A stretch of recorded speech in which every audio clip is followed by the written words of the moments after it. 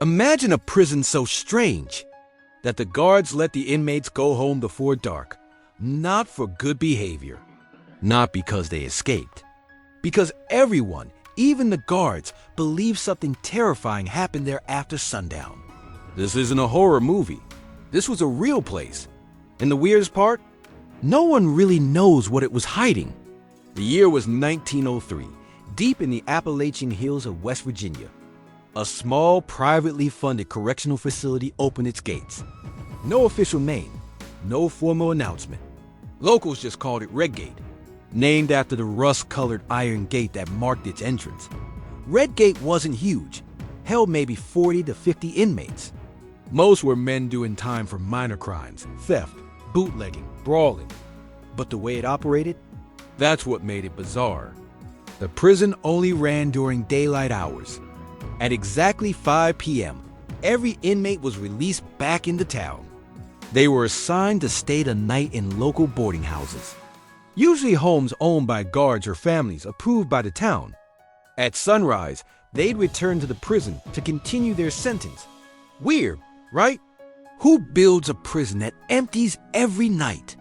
That question still baffles historians. And the answers people give only make it weirder. Town records and old letters describe the prison as cursed. Locals said the land should have never been disturbed. Guards heard voices inside after dark, footsteps pacing locked cells, lights flickering behind empty windows.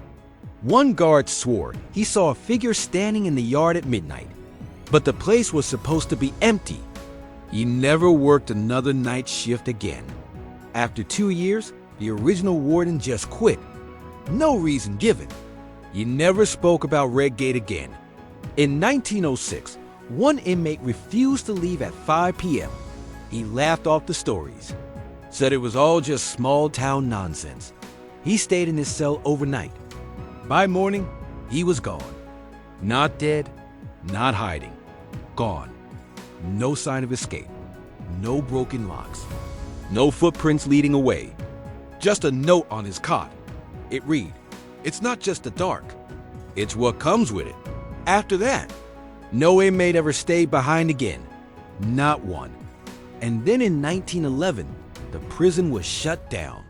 No big announcement. No reason listed. The gate was taken down.